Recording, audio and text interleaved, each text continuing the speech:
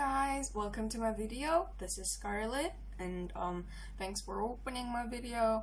And today, as it's shown on title, today I'll be sharing you about my IGCSE tips and which options are easy marks and which options are hard, and tips for revision and stuff like that, and also about my personal opinion about the subjects that I chose.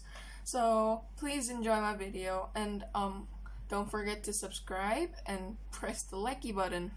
Also, please mind my voice in case it cracks because I have a really big swollen tonsil right now. The doctor told me to not talk too much, but I thought it shouldn't be any later than this because I'm pretty sure there are people who are struggling which topic they should choose for their IGCSE, and I'd like to give them as fast as, and I thought I should be sharing this tips that I wish I knew before I chose my IGCSE. So please enjoy my video and we'll get started. So there are subjects that I chose for my IGCSE. So in total I did 11 IGCSEs, which are English language, English literature, math extended, further math, separate science, geography, travel and tourism, art, and German. So what I chose for IGCSEs are, I did 11 IGCSEs in total. Now I'll be sharing you what I personally think about each subject. First of all, I'll be talking about English language and literature. I learned them in a same class in my school. So the one English teacher was teaching us both language and literature. It's up to you if you want to drop off English literature and only choose English language, but in that case you won't be able to choose English literature in A level, which is quite sad. And what I think about both is that actually IGCSE English language is more about checking your levels for English. So basically how the past paper works for English language is that they give you a copy of newspaper or stuff like a prose, not prose, they give you some kind of an article, and they ask you in this part of article what does it mean with these words and stuff like that. And it's more about checking if you have a basic level to speak English and write English and understand English. It wasn't really that hard, but I think personally English language and literature were both fine. And English literature is there are 3 papers in total for English literature. So let's talk about English language. Before we start, in case you would like to know about my grades, as you know, this year's IGCSE exam was cancelled due to COVID-19 outbreak, but I heard that the school is giving us the estimated value for our scores to be the expected scores, and our grades were released, and I got 7 A's and 4 A stars. So, what I got A's, so I ended up getting A stars in English language and science and geography and travel and tourism. So, and then I ended up getting A's in other subjects like literature, further math, art, and stuff like that. And now I'll be sharing you what I personally think about those subjects, and yeah, let's move on. So let's talk about the English language first of all. So English language is basically checking if you have an ability to read and understand English, or so it's basically giving you a short paragraph from an article or a fiction book, and they ask you questions like this word used in the article, write down what it means in your own words, and stuff like what did this character do during their adventure, or how this word effectively highlighted the darkness, stuff like that. And The one that was most interesting was like it was asking a question like write a diary or an interview or a magazine article in point of view of this character, or summarize this article in your own words up to 300 words, like that. And what I personally thought about English language was that it's basically just like this English second language questions where you write a letter to someone and like you learn how to write formal letters and stuff like that, but it's just more like in higher level for English language. And I actually enjoyed English language, and I thought it was decent as long as you read a lot, be interested in reading newspapers and stuff. I'm pretty sure you'll enjoy this topic. But moreover, English language English language was a compulsory subject in my school, so I actually had no choice but to take that. So, and English literature is like you learn about poems, prose, drama, and fiction book. And what I thought actually was that English literature is easier than English language, because in literature they tell you the questions about, there are specific forms of questions like explain the effect of the poet's technique and stuff like that. It's just you can train yourself for it. When in English language, it's kind of like a randomish questions each year. You have to generally develop yourself in like a general range of your English language. While in English literature, if you try to memorize something, it's way easier for you to answer. I actually found English literature very interesting because you write your own coursework. It's like your own analysis on the book that you'll be learning.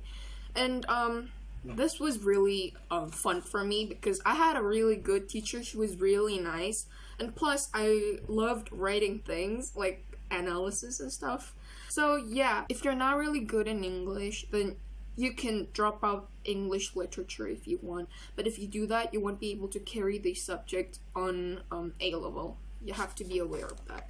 But generally, I recommend this subject to the people who like writing or reading. And for English, the tips for both of the subjects is that read a lot of newspaper and books, because they actually help you a lot. Also, what I did for English literature is that I tried to memorize as much words as possible, and those SAT words vocabulary book on internet actually really helped me, because in IGCSE you may be learning about a poem written in 1800s or 1900s, which is kind of old, and as me foreign English second language speaker, you won't be able to understand those hard and old-fashioned vocabularies. So what I recommend you is try to expand your vocabulary as much as you can, because they are complicated and they are often used in literature books. Secondly, we're gonna talk about math. What I did was, IGCSE's 2-year course. I finished my math extended in first year and moved on to further math on second year. So I finished my IGCSE math extended on the first year, and then I started to learn some of the A-level topics in further math. And in further math, it's generally harder to learn because I ended up getting A in math because I was 2 marks away from band 9. So I was stuck with band 8. It kind of makes me sad.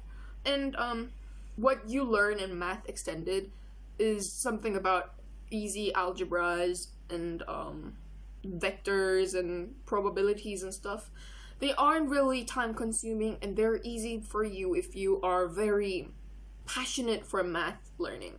But in further math, things gets different because they give you something like log questions, something like arithmetic series and stuff like that. It actually made me struggle. I don't really get how I ended up getting A in further math because it was so hard. What I recommend you is, my math teacher has told the whole class that usually if you want to go to university with engineering or doctor, things like that, or medicines, you should take math no matter what you want to be, because math is kind of representing you to the university that you have a basic knowledge and brain, and that you are capable with dealing those hard mathematical questions.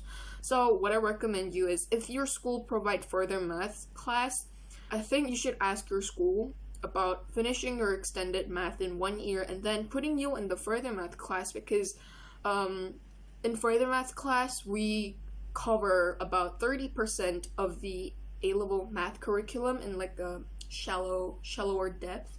So yeah, tips for the math extended and further math is that solve a lot of past papers, because the paper have the specific format. It's like the first 5 to 6 questions are very easy. They won't be taking you too much time, but actually as you go behind, it gets really hard and it requires a lot of time. So what I recommend you is do a lot of past paper and see the pattern, and try to learn them as much as possible, because they will help you in the future. You may think it's like a waste of time, but it's never a waste of time. What I did was, like, when I was having a mock, I printed out like about 3 stacks of further math past paper questions, and I solved them through, and then I went to school and took a mock, and it actually brought me a lot of difference. But when I was taking the mock, I wasn't really paying attention because I had geography exam right after the math exam, and I thought I should be focusing on geography exam, because math is, you don't need to memorize a lot in math, but in geography actually you should. We'll be talking about that later though. So yeah, good luck with y'all who's gonna do the further math. Move on. For science, there are actually 2 choices for you. One is doing a coordinate science and getting awarded for 2 IGCSEs. It's like you have 3 exam papers, and you have core and extended science for coordinate science. Paper 1, 3, and 5 is for core people, and paper 2, 4, and 6 is for extended people. The papers are same, but it's just like they're organizing the paper for 2. Not usually. Paper 1 and paper 2 are always multiple choice. Paper 3 and paper 4 are long answered questions. Paper 5 and paper 6 is alternative to coursework. It's an alternative to practical work. And what I think about coordinate sciences is that it's easy for you if you want to concentrate on different subjects. Like, for example, let's say you're going for history and geography sort of things in A-level, then you wouldn't like to concentrate on science and math topics, right? So coordinate science suits you if you don't want, coordinate science isn't bad, because they actually cover a lots of range, and that it's only 3 papers, it won't be time consuming, and coordinate science still awards you 2 IGCSEs, which is kind of good. But I actually decided to take separate science, which is like you individually learn biology, chemistry, and physics in a wider range. And I found this beneficial because it actually awards you 3 IGCSEs, which is one more, which is like, it doesn't really make a big difference, but I wanted to learn coordinate science because I wanted to carry on with my science career in A-level, because I want to be an engineer or a doctor or a medicine researcher, stuff like that. That's why I chose coordinate sciences. But the pros and cons of coordinated science is that you get to cover a wide syllabus, which will help you in A-level in case you're choosing them, in case you're going for science A-level. But the con of coordinate science is that you actually get 9 papers in total, 3 papers each for biology, chemistry, and physics. And it's kind of disadvantageous because you actually have to go for extra exams when your classmates are chilling in your classroom. So yeah, but I really enjoyed studying separate science, and they actually helped me a lot for having a wider knowledge in science. And my revision tips for coordinated science is like you have to use a lot of textbooks for your revision. So what I've done is that these Oxford books are used in my school, and they actually had a lot of things to cover, and I found these really heavy and unnecessary to carry these to the school. So what I did was I kept these in the school locker, and I used them only for lessons. Instead, I bought books from my senior. It's from CGP, British textbook company, and they give you summarized page for each topics. And these are quite okay. But I liked this book because they had lots of images and they actually highlighted the important things for you. And these aren't really expensive. It's like £5.95 in British pound. But the problem is that the overseas delivery fees was really expensive. It was almost like twice of the book price that I've chose. So I decided to buy this second-hand books from my senior in my school. I found them really helpful, but the pros and cons of the pro, I told you already, they have lots of images and summarized and highlighted colorful book. But the con is that they don't really give you a past paper questions. So I think these are more like you learn the syllabus first, and then you move on to the textbooks that school give you for past paper question training. Yeah. Also, there are like free science lessons on YouTube. The teachers in my school has also utilized them very well. They played those videos during their lesson, and it was quite nice because like there are types of people who prefer reading or listening, right? Science is generally okay, and I hope you enjoy it. In biology, chemistry, and physics. They were compulsory subjects in my school, so I didn't really have a choice. Actually, separate science was optional, but I'm pretty sure in most of the school you are supposed to take those English, math, and science. But don't be afraid, they are a great subject. I'm pretty sure you'll love it. Now, moving on to the optional subjects. So, as I told you, I chose travel and tourism, art, and geography. And let's start with travel and tourism was actually an easy mark for me because the subject basically asks you some type of general knowledge questions like what I think about travel and tourism is that it's an easy mark because it asks you some general knowledge type questions. For example, one of the past papers that I solved was like something like they give you a picture. It's a picture of like an African restaurant with a waiter holding the food and serving to the customer. It was asking us what do the waiters do when you go to a restaurant. It's like you have to state 3 things that they do and explain why they are good for their customer service. It's really basic questions. And also, if you traveled abroad a lot, like been to airports or train stations a lot, and like been to hotels and like foreign historical sites, something like that, it's really easy for you. So I recommend this topic to the people who travel a lot abroad, have a lot of experience in traveling and stuff. And I actually got A star in this subject, but I think I actually did not really revise for travel and tourism. I just tried to keep myself concentrated during our lesson time because, as I told you, it's an easy mark. It's really easy. Like, I don't think this is an actual subject. And also, but the cons of this subject is that if you decided to choose this subject and carry on with A-level, most of the universities won't accept you because it's not the vocational subject.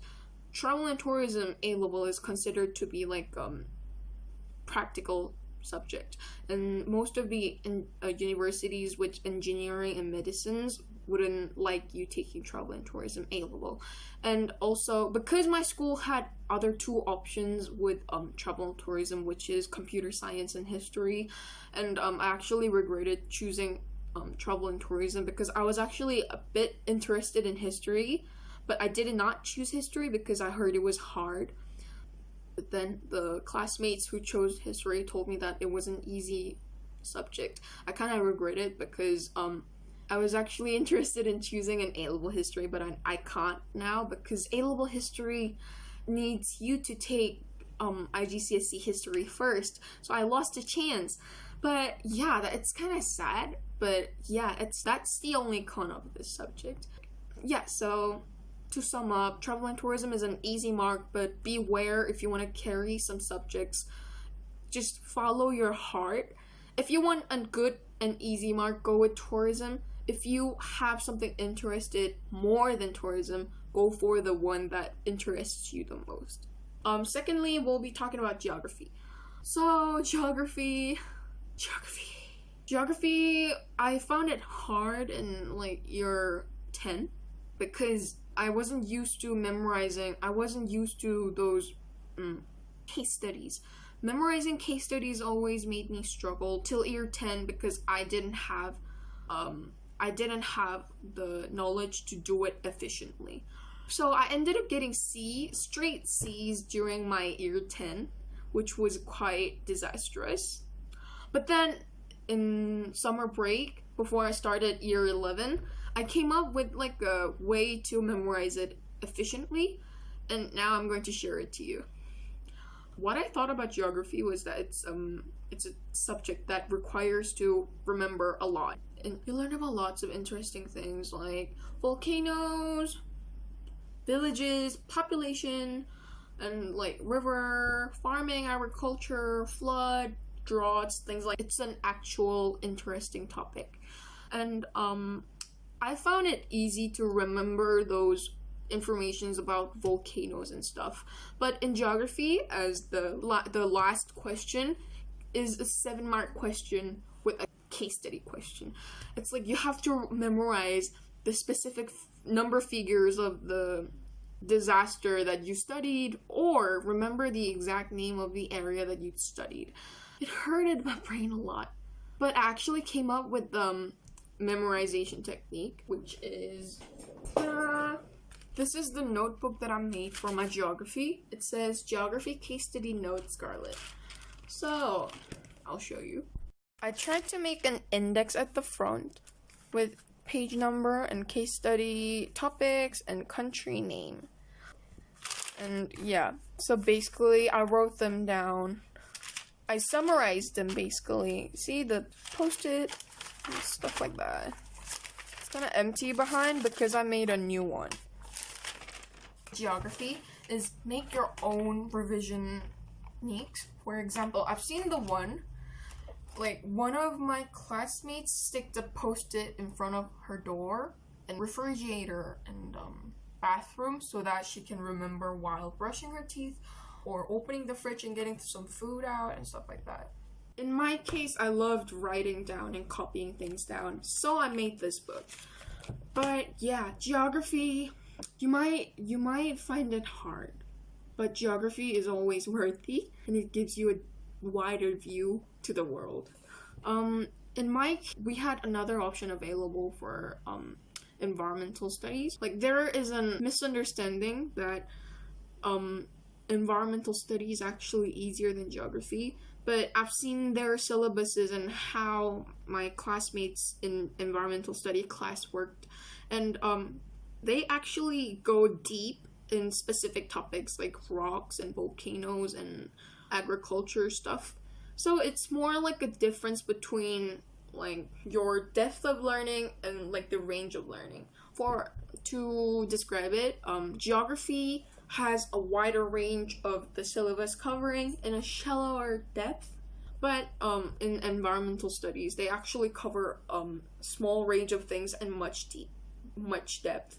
So I actually think both of them are it's up to you. It's whether you want to actually go for environmental studies, like you want to be an environment manager and stuff like that, you should go for environmental studies. But geography covers a wider topic, and if you want to choose geography A level, you should go for geography, because geography A level is considered as like a good A level studies for the universities. For law, history A level and geography A level are both accepted in case you want to go to university for laws or politics and stuff.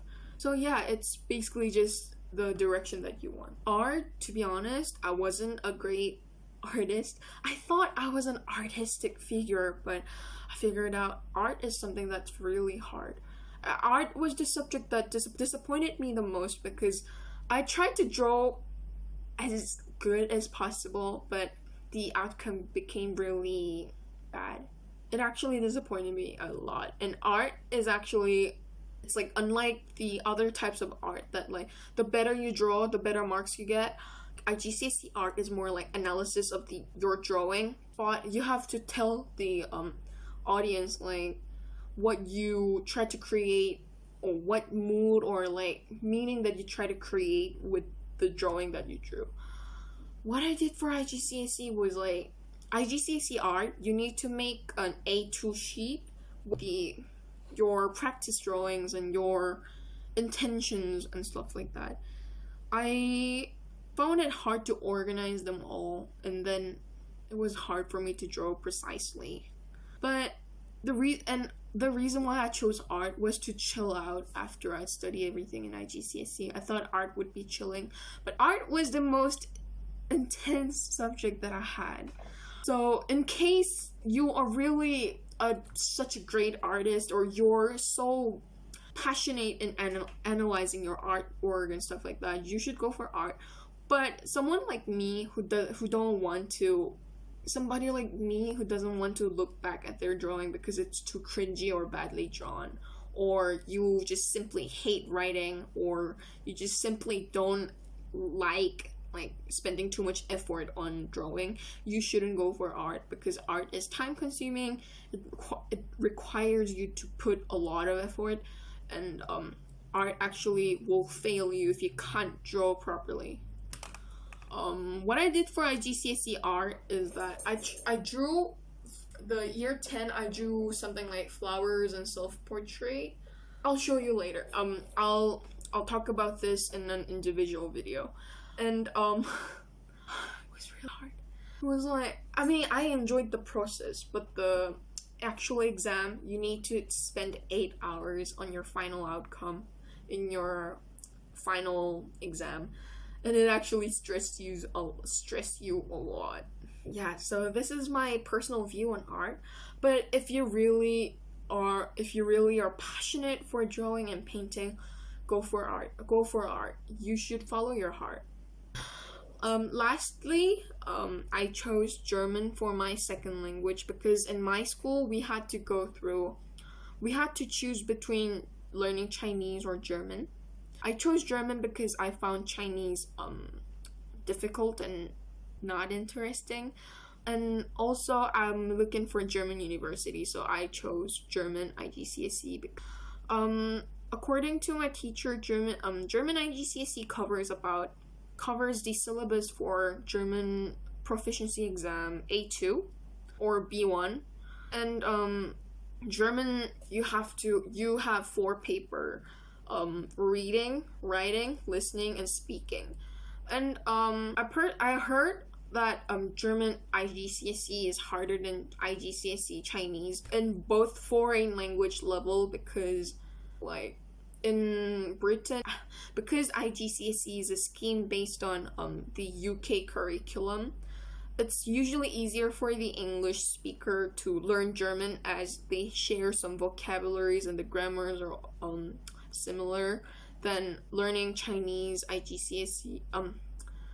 But that English speakers find Chinese hard because they're not used to those letters and like stuff like that. But yeah, so because I'm Korean and we have some Chinese related vocabulary, I might have had advantage if I chose IGCSE Chinese. But I simply just chose German IGCSE because I thought it'd be helpful for me for my future career. And what I personally think about German IGCSE is that it's an enjoyable topic. I enjoyed it because the textbook was interesting, and they actually train you for reading German. And yeah, but if you want an easy mark, you should go with some foreign languages like Japanese, Chinese, or Thai second language, something like that, because usually foreign language IGCSEs that are similar or related to English language tends to be harder than the non-English related languages. That's my tip. And for memorizing German language, you should listen to German a lot, read German a lot. What I did for listening was that on YouTube they have a German TV show clips. Like, I watched Peppa Pigs for my first IGCSE German exam because Peppa Pig is for children, and they actually used easy vocabularies. It helps you understand. That's why I got a good score in listening. And reading German is actually also helpful. For example, there are German newspapers available on website like Spiegel or Spiegel. They have lots of internet news. I often visited a website called Spiegel. It means mirror in German. They actually give you a neutral view on German politics or international news. Yeah, that's why I got also good score in reading. And for speaking, you have to actually watch those German TV series. Like, for example, there is a series about a guy called Nico visiting Germany, making friends in Germany and stuff like that. They are helpful, and I wish you can learn the best out from the German free TV series. This is the end of my IGCSE tips and my views video, and I hope you enjoy it. And if you have any questions, please leave it down here in the comment, and I'll answer you as much as I can. Please don't forget to subscribe and press the likey button, and I'll see you on next video. Bye bye.